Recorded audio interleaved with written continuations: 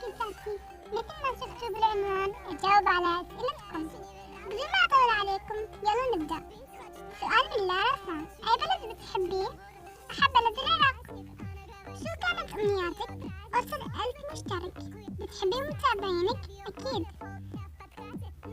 سؤال زاهد الحياة، اسمك الحقيقي؟ اسمي رافل، بس اسمي الحقيقي أسفة بس ممنوع أقوله. عمرك الحقيقي 13. شو بدك تصيري من تكبري؟ لما أكبر أريد أصير محامية. أكثر قناة قصة لايف بتحبيها؟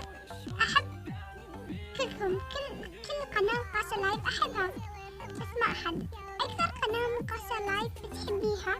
هنادي أصلا. سؤال مريري سام، في مرة حبيتي؟ لا، لونك المفضل وردي وأزرق فاتح. ليش خفيتي؟ سؤال مرينا، ليش خفيتي المشتركين؟ حبيت هالشي وسويته، يعني ماكو شي تفسير ثاني. سؤال من جوجستان، من وين؟ من العراق. بتقولي من جوجستان؟ اي، اليوم يعني دخلت جوجستان. تحبيني؟ اي أكيد أحبكم كلكم. وشنو أكثر اسم الأغنية؟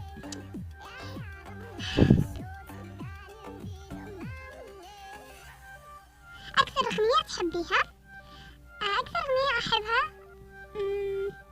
ولا وحدة، يعني كلهم أحبهم، يعني ماكو شي محدد، لأنه يعني كل أسبوع أغير أغنية أقعد أظل أغني بيها بس. هذا السؤال من روبل، اسمك الحقيقي؟ قلت لكم ما راح أقدر أقول، واسم اللي أنا أريدكم تنادوني فيه رفل.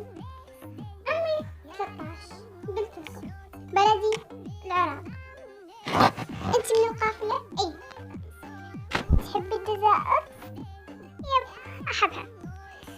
إذا قالوا لك تروحي الجزائر تقبلي؟ كم عندك من مشترك حاليا؟ من مشتركينك حاليا عندي 114.